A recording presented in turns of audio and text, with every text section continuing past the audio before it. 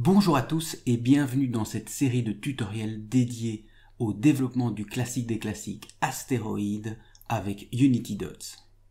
Bonjour à tous, c'est Arnaud, j'espère que vous allez bien et que vous êtes motivés parce qu'aujourd'hui on aborde un gros morceau avec le développement du classique Asteroid en mode Dots.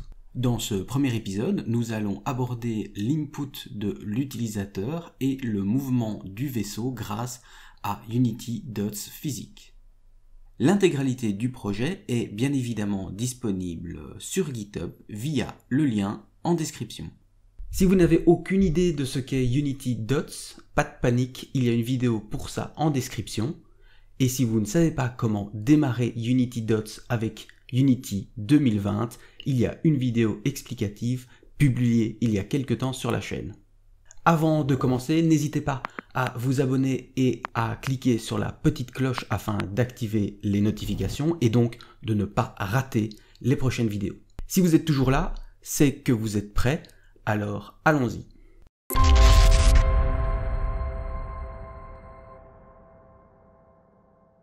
On va commencer par récupérer l'input utilisateur. Créons donc un premier component, input component data. C'est un component tout ce qu'il y a de plus simple. Comme tout component Dots, il implémente l'interface iComponentData. Il stocke 3 variables de type bool pour capter l'input du joueur et le transmettre au vaisseau. Afin de manipuler un component, il nous faut un système. Ajoutons-le. L'input system, comme la grosse majorité des systèmes Dots que nous allons créer, va hériter de System Base.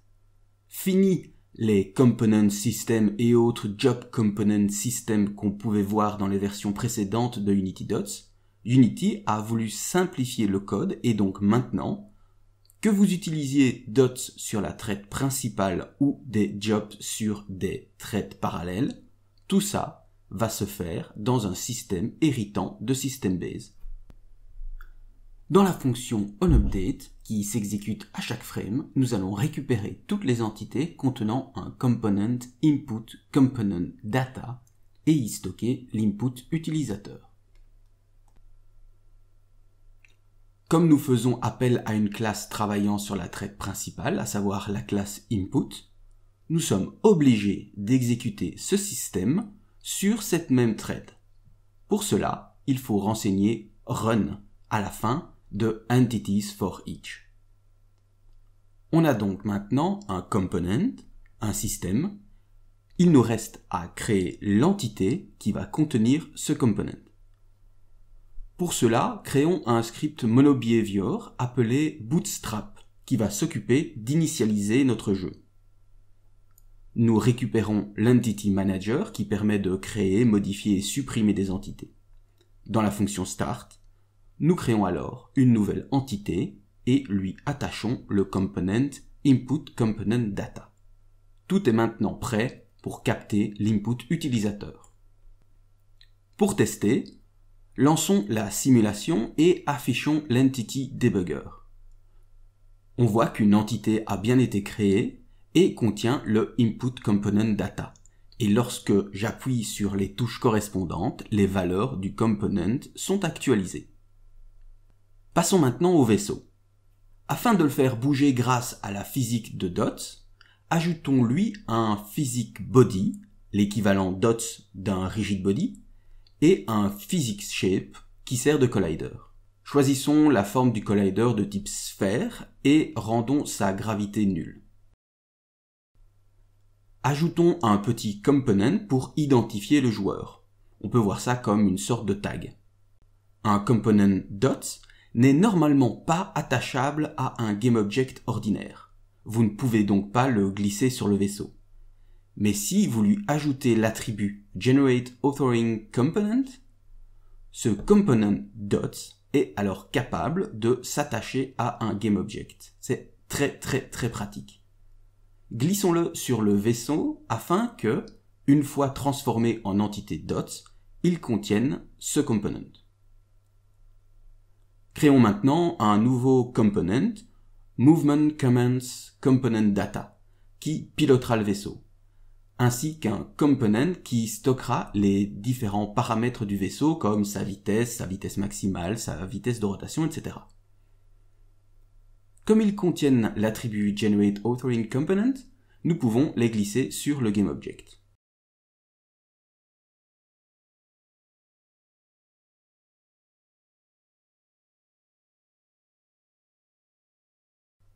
Et finalement, grâce au package Unity.editor, on peut cocher cette petite case ici au-dessus pour signaler que ce GameObject doit être converti en entité .dots. Si vous n'avez pas installé le package, pas grave, ajoutez simplement le component ConvertToEntity à votre GameObject. Il nous faut maintenant transmettre l'input au vaisseau. Pour cela, créons un système Player Control System.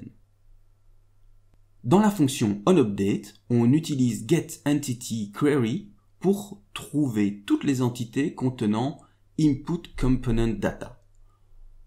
On extrait ensuite de ces entités un array, ou plutôt un native array, de InputComponentData.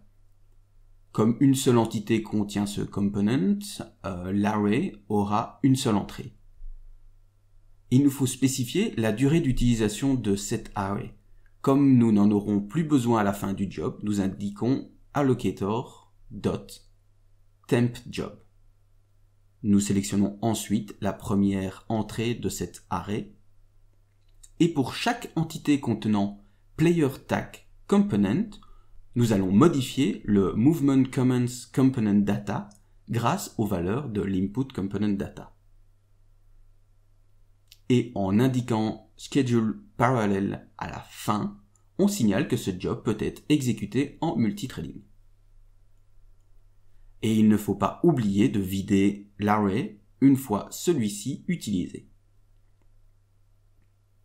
Si on lance maintenant la simulation, on voit bien que le vaisseau a été converti en entité, qu'il contient bien les components que nous lui avons attachés et qu'il reçoit bien les informations fournies par l'input system.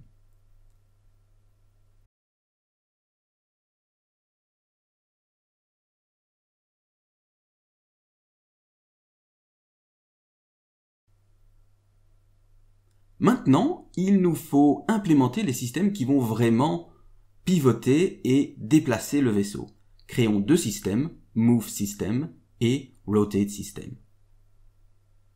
Dans le premier, nous allons sélectionner toutes les entités contenant ces components et leur appliquer une impulsion linéaire grâce à la classe PhysicsComponentExtension.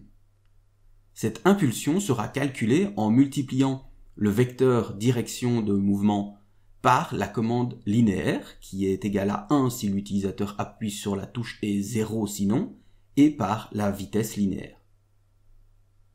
On va également limiter la vitesse maximale de déplacement. Et à la fin, on programme le job pour une exécution en multithreading. Notez que j'utilise in au lieu de ref pour ces deux components. Cela signifie que je ne fais que lire les données qu'ils contiennent sans les modifier. Cela rend le système encore plus performant. Dans Rotate System, on applique une impulsion angulaire sur chaque entité contenant ces components et on limite leur vitesse maximale de rotation. Vous remarquerez qu'à aucun moment je ne fais référence aux joueurs dans ces systèmes. Cela permettra d'appliquer ces systèmes à d'autres entités comme les astéroïdes ou les projectiles. Si on teste notre code, le vaisseau pivote bien suivant l'input, mais le mouvement ne fonctionne pas. Pourquoi ? Parce qu'on n'a pas encore spécifié une direction de mouvement.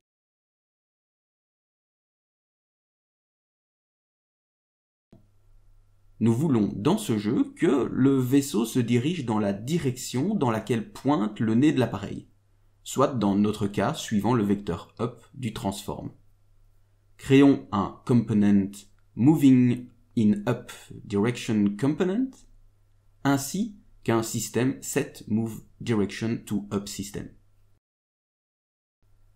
Dans celui-ci, on recherche toutes les entités contenant moving in up direction et on stocke dans le Movement Commands Component Data la direction up de l'entité. Et voilà enfin notre vaisseau converti en entité dots réagir à l'input et déplacer au moyen de Unity dots physique.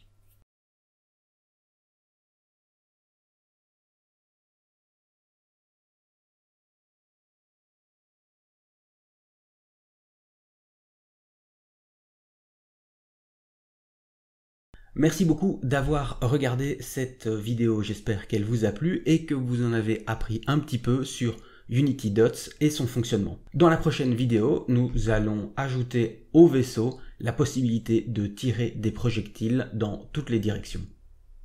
En attendant, n'hésitez pas à lâcher un pouce bleu et un commentaire, ça fait toujours plaisir et ça donne à manger à l'algorithme de YouTube. En attendant le prochain tutoriel, je n'ai plus qu'à vous dire à bientôt et bisous.